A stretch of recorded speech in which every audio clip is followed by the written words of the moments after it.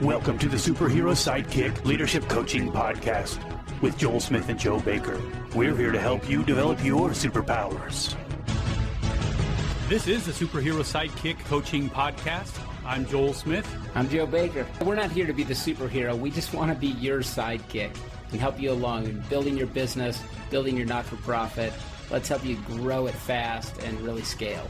Be sure to check us out on Facebook and visit us at superherosidekick.com. Hey, this is the Superhero Sidekick Coaching Podcast. I'm Joel Smith.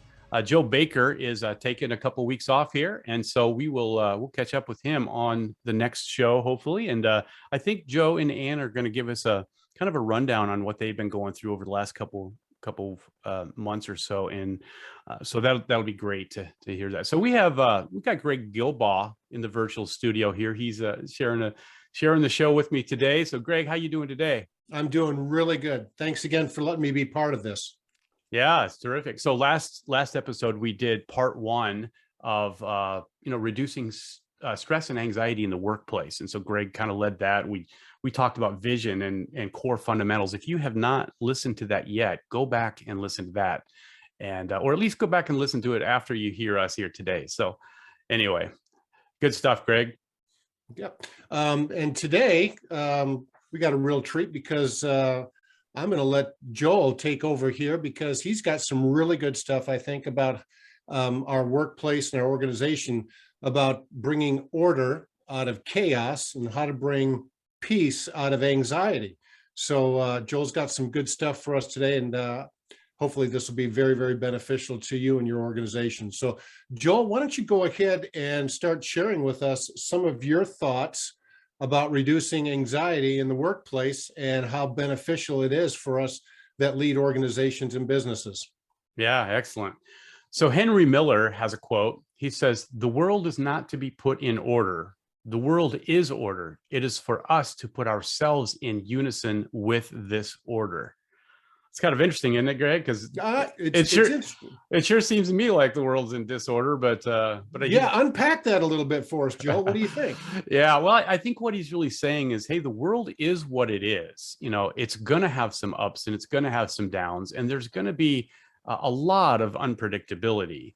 And it's not for us to try to make the world change to fit us. I think what his point is that it's up to us to find out the reality of how the world works and adjust ourselves to the reality the best we can.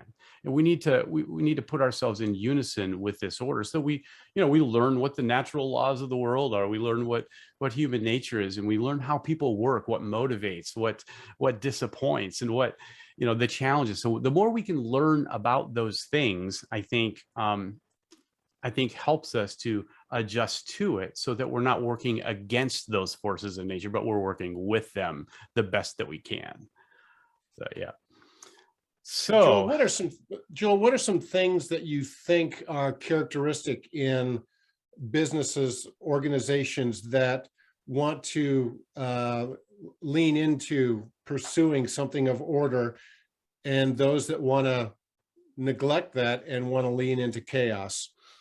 Yeah, that's a good question. It's tough. There's a lot of answers to that, I think. But, I think at some point when we are dealing in the middle, we're dealing with chaos, we're in the middle of difficult times. I think there's a time when a person or a company needs to become dissatisfied with the way they're going about dealing with this. And when we have a certain healthy level of dissatisfaction, it motivates us to say, okay, you know what, this isn't working. I need to figure this out. I need to be equipped for this so that I'm not being blindsided, every other week by this or that. I need to learn how things work. So I think that's part of it. When we come to that place where we are just kind of sick and tired of working in chaos, sick and tired of being sick and tired, and just move forward and seek better understanding of how things really work.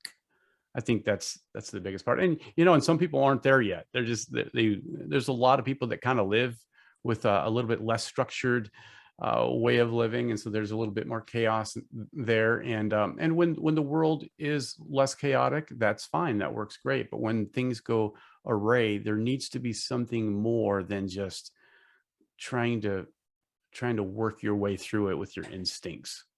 Yeah, I think when I hear you talk, one of the things about the world, Miller's quote about the world, we don't have to put that in order, and we just need to put ourselves in unison with that order. I think of it along these lines, that there are some, transcendent principles that work.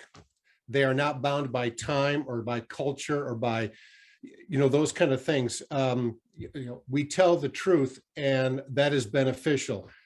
We serve others. It's beneficial. If we say, you know what, I don't want to serve people, it's going to come back and bite you. I don't want to tell the truth. I want to live, I want to embrace lies. That's going to lead to certain consequences. So when we understand that there are some real transcendent principles, truths that we should embrace as an organization, that brings order, because now we're in order with the way that things should work, are designed to work. What does that look like then in a business culture? What does that bring to a business culture? Yeah. So, when we move in tandem with the universal truths of the world, when we're working in tandem, we find ourselves not, spitting into the wind or trying to float upstream. We're working in a way that works, even if it's hard. Sometimes we really work against order because it's not what we want to do. It's not what feels natural to us. And we end up working harder and making up for mistakes when we try to take the shortcut to do the easier thing rather than the thing that lines up with order the best. So I think that's part of it. There's a few definitions I want to give real quick, just to just to set the stage for this, so we can kind of see what this is. There's a lot of ways we can go about talking about that, but we're just going to talk from a real practical perspective on what we can do in the workplace. So, the word order, I kind of mentioned it there a little bit. When we move in tandem with the universal truths of the world, so we look at that as order. Chaos is when we move independently or contrary to the universal truths of the world, and we can do that because we're fallen men. We're fallen men and women, and we don't move ourselves in tandem with the universal truths of the world automatically. We're born in opposition to that, so we have to learn how to do that. Chaos comes natural to most people. Just look at any toddler or infant when it comes to putting away their toys. Like, you want to teach them order to put away their toys. They're like, why would I need to do that? Well, I mean, we can be like that too. So chaos is when we move independently or contrary to the universal truths of the world. And then there's a couple more terms that I want to put in there, because this is really kind of the core that I want to talk about today. And that is the word peace. So just my definition of peace here, I'm not going to open up Wikipedia or anything, but my definition of peace here is when the fear of the unknown is subsided. Okay. When the fear of the unknown is subsided. So that can bring peace or calmness within us. And then anxiety, of course, I think is just kind of the opposite of that.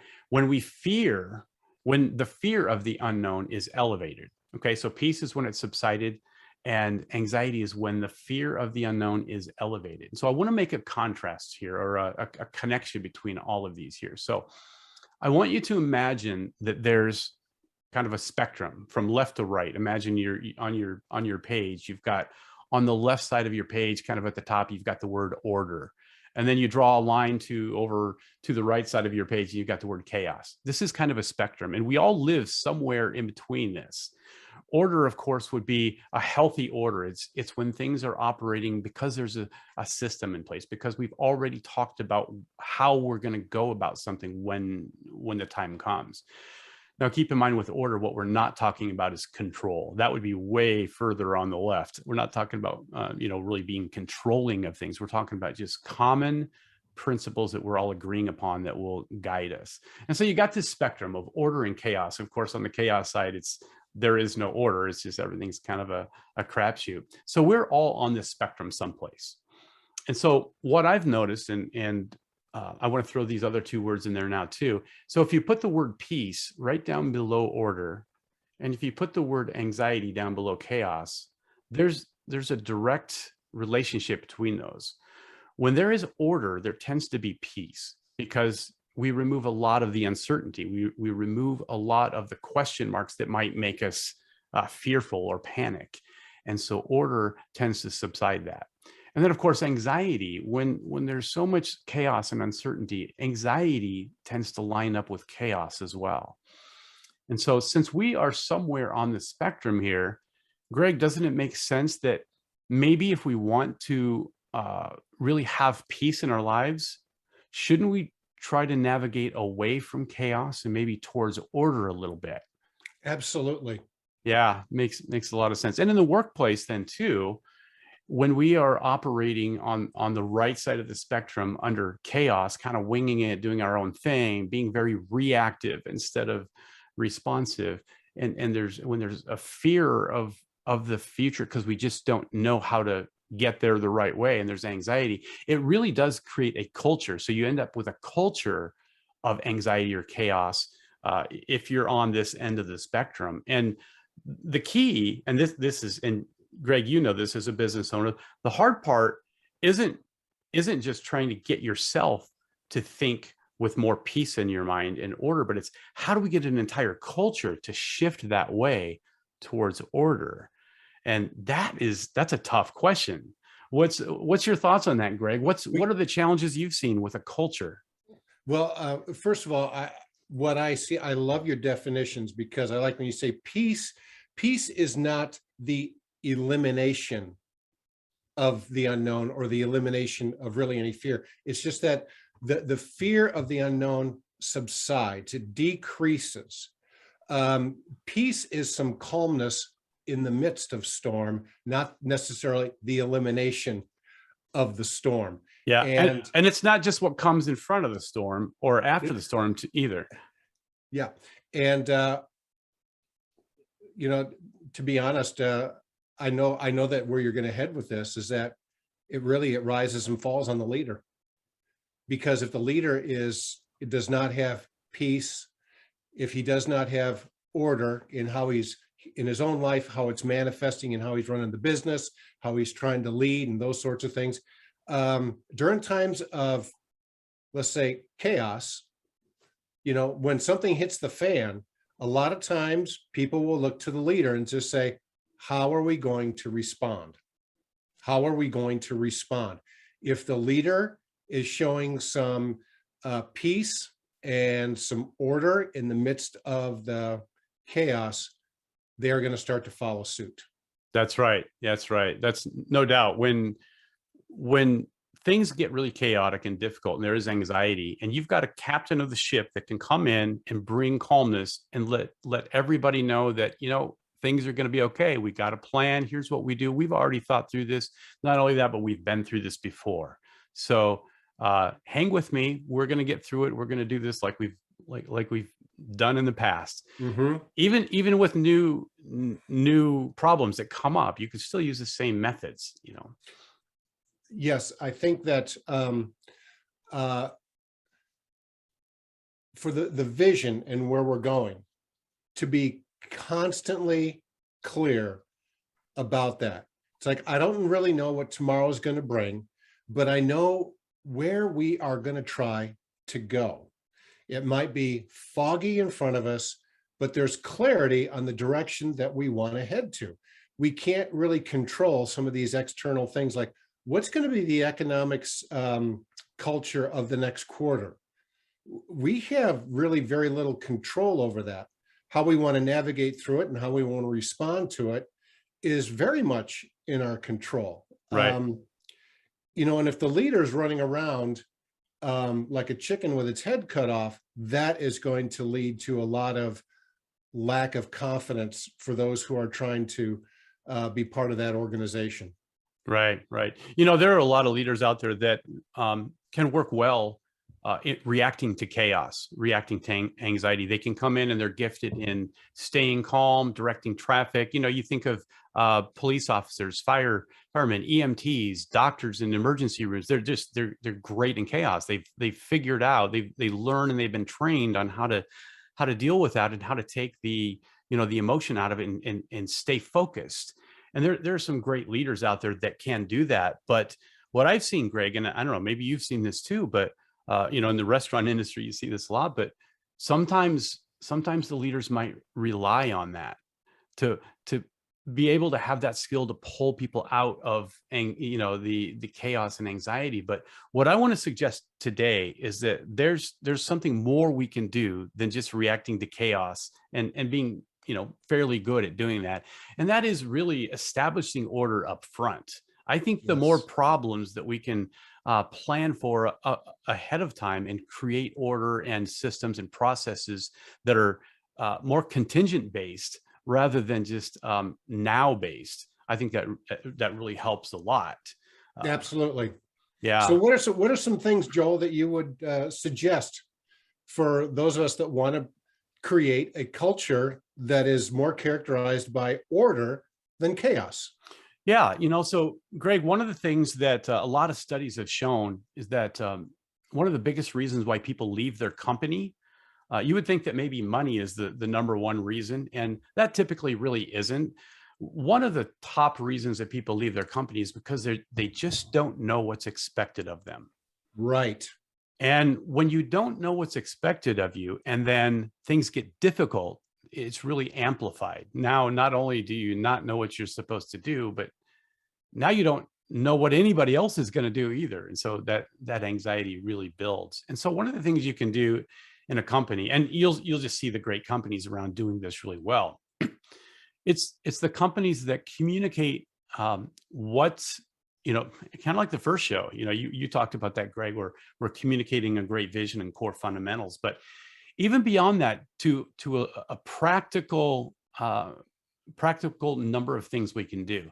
Think about your first day in an organization. You walk into that organization, and if you have a great experience and you walk out that night, you go home to your spouse and say, wow, I'm going to love this. It's probably because they have a finely tuned system in place for onboarding and bringing people in. So if you have a great onboarding process where you bring people in, you introduce them to people, they feel comfortable, they get to see your company policies and how you deal with things when they come up. And if we can help them understand exactly what's expected of them, not just sit back and use the trust method, because the trust method, even though everybody likes to be trusted, they don't want to be trusted and left on their own, not knowing what to do. They want to be trusted and communicated what's expected of them. That's one of the things one of the answers that's most common for me when I'm interviewing for a new general manager, and I ask them the question, well, what can I do for you? If I'm going to be the best leader for you, what would that be?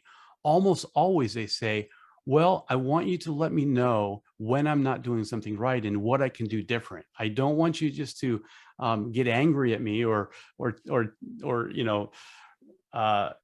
get on me because I make a mistake. I want you just to let me know what's expected. And I think that is a big heads up for people when people know what's to be expected. And so just to continue on a few other systems, the training system too. If you've got an established training system that's a step-by-step process, and you've got qualified people leading them through this, the anxiety that they have that they're already bringing into the workplace is going to subside. Yes. It's going to subside. They're going to look at this because they're afraid coming in. Starting a new job is hard. You don't know if you're walking into a culture of chaos or if you're walking into a culture of anxiety. And so before any storm even comes, you can have that anxiety subside just because you can see, hey, they know what they're doing. They understand what's going on. It's like in the schools, there's a reason we do the fire and tornado drills. It's so that when this comes, there's a plan and we know what we're doing. We're not going to just say, oh, everybody run, everybody just, run for the door, save yourself. And so I think that's there's just a lot of different ways of order, and just within the business too, just as you're doing your normal operations, whether you're in the dentistry industry, or in the restaurant industry or whatever, there's procedures. There's procedures, there's right ways to doing these things. And then there's ways that you could just kind of wing it and go off and do it on your own instincts. And when you have a lot of people going off doing their own thing, that's going to cause a lot of anxiety and chaos in the workplace. But if you have everybody working the right systems and operating by the proper ways of doing whatever that task is, that's going to bring order, and that's going to help everybody know what's expected. But not only that, it's going to bring unity, because when they know that they're expected to do the same thing as the guy next to or the gal next to them, and they're going to be doing that in harmony, that goes a long way towards anxiety. Yes, yes. I really liked your point when you said we have new people coming into an organization. They have some, because they don't know, it's brand new. So there is a little bit of fear of the unknown. As I mentioned in our last podcast, we've had three new positions with different positions, all being filled. And one was with a dental assistant, and she had experience, moved into the state. We vetted her, hired her. And as I visit with her, and I could tell she's nervous. And one of the things that we did is like, you understand now that you've been here for a couple of weeks, you've seen and you know what's expected. And she goes, yeah. And I said, why don't you show us what you got? Why don't you, now that you know where you can run and how you're supposed to run, show us what you got. And my goodness, the eyes just get big and a little half smile. It's like, yeah, let's go. Show it. You're here for a reason. Show us what you got. And I think some of the anxiety started to leave. And if we didn't have like clear training, some protocols to just say, hey, show us what you got. And it's like, well, what's acceptable, what's not. Now that she knows what's acceptable and what's good, she's ready to run. She is ready to really break through the unknowns and break through and really start serving patients with a lot more confidence. Yeah. So you're hitting on some really good things here, Joel. Are there any other things that you could recommend for our organizations to create a culture that is ordered? Yeah, well, I think you just touched on one of them, Greg. You touched on empowerment. You said, hey, let's see what you got. And empowerment is when we unleash people to do the things that they do best and we get out of their way. It's the opposite of controlling people. It's giving them the power to shine and to do the best that they can. And when people can do that, when they feel empowered in an organization, they feel like they have a say so. They feel like they have a responsibility that they are in charge of, rather than just following rules and waiting to be told what to do. People feel great about that. The anxiety goes down when they have the freedom to be who they are and to do the things really well that they do. So I think empowerment is definitely a big part of that. Excellent. Yeah, so what else you got, Joel? Well, hey, I just got a few things that I want to jump through here that are really, it's just a way to kind of help you see what a culture of order looks like. So I want to describe what a culture of order looks like, give a few of these, give it some legs a little bit here. So first of all, I think, cultures that have order, they're good at planning, so having a plan of action. And, it goes back to the last episode, having that vision in place, but also just even a daily plan, knowing what's going to happen before it actually happens. And then the second is communication, bringing understanding to the team, speaking their language, eliminating ignorance or misunderstandings by, follow-up questions, or just making sure that we know we're on the same page and we're not just assuming so, or just, glossing over things. Setting clear expectations for the team gracefully and respectively. Yeah, and so it's not about barking orders or telling people what they have to do, but it's about setting clear expectations gracefully. And then, commit to and follow and teach the systems in place. There are systems in place in the restaurant industry, Greg.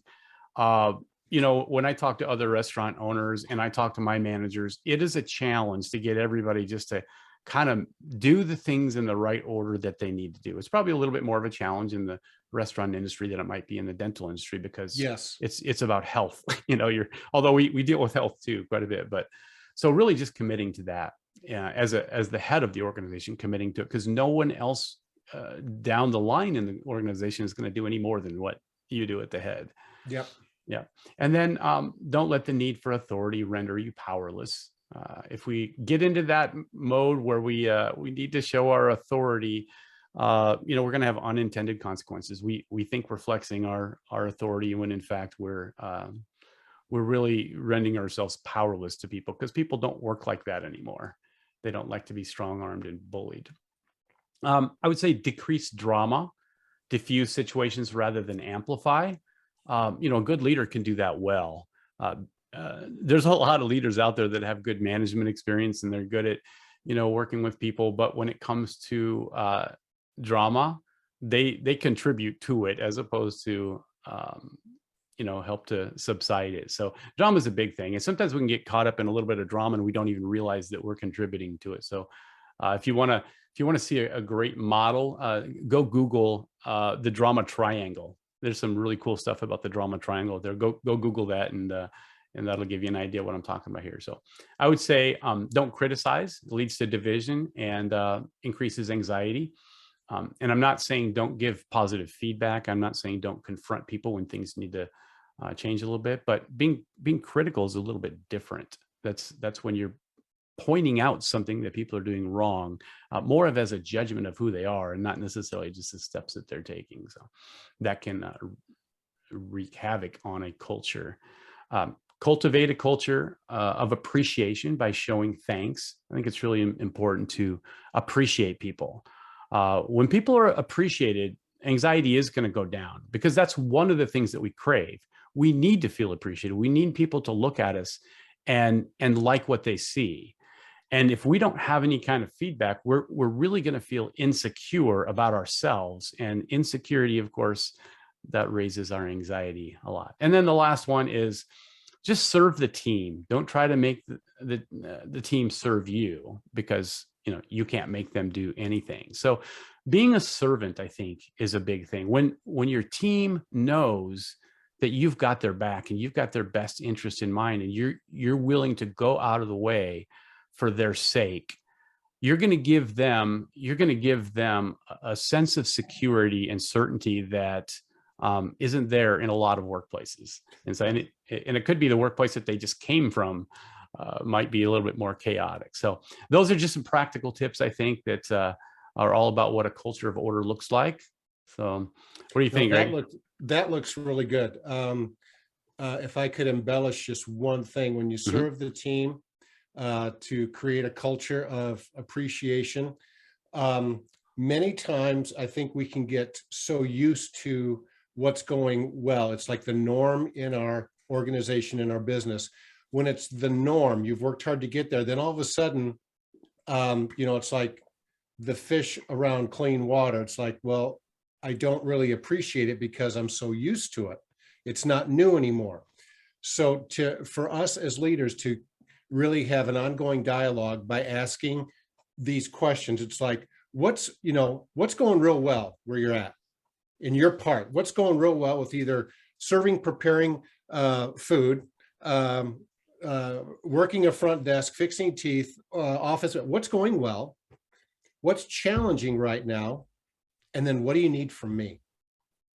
When they understand, like you said, when they understand that the owner, the leader, the one who's responsible has their back, and that they are really fixed on and genuine, just saying, what do you need from me to get better?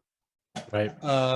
They understand that. And of course, then when they ask, that you say, okay, if this is what you need and it's really good for you and the organization, what can I do to get that for you? Because if they say, why, what do you need from me? It's like, well, how about a new Escalade? It's like, that's not necessarily the best for the business, because I don't have an Escalade either. So anyway, but those are three questions that keep you engaged, and I think really helps to bring order out of chaos.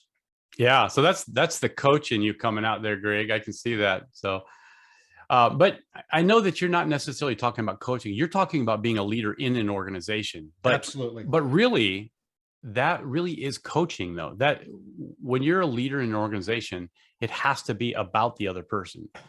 And that's what you're talking about, Greg. You're not saying that when we sit down with our people on one-on-ones, that we sit down with the purpose of letting them know what they need to do in order to please you or to please the customers or please the company. What we're sitting down with them to do in a coaching atmosphere is to sit down and figure out what we can do to help them be the best they can be in their job, in their company. And that's a whole different perspective than being a boss, isn't it? That's right. Yeah, That that's makes great. all the difference in an organization. Yeah. And Greg and I are both coaches. We both love to help business owners and people really learn how to do this. And it's such a valuable skill for people in the workplace to be able to communicate well and lead and coach their employees. And the good thing about Greg and I is that we both own our own companies and we do it within our company. We're not just coaches that are kind of on the outside and can't relate to what you've been doing. So we would certainly invite you to contact either one of us, and Joe Baker as well. Joe is a terrific coach, particularly with with marketing and branding and nonprofit organizations. So we would want to put Joe in there as well. But Greg, how would they get a hold of you if they wanted to learn more about what you can bring to their company? Yeah, I do speaking for organizations, groups, and conferences, and that's at drgreggilbaugh.com, like Dr. Greg Gilbaugh, drgreggilbaugh.com. And then we are launching a new website for our coaching programs, which is the kalosbusinessgroup.com. Kalos is spelled Kalos, and that's for bringing vision and mission to groups and organizations.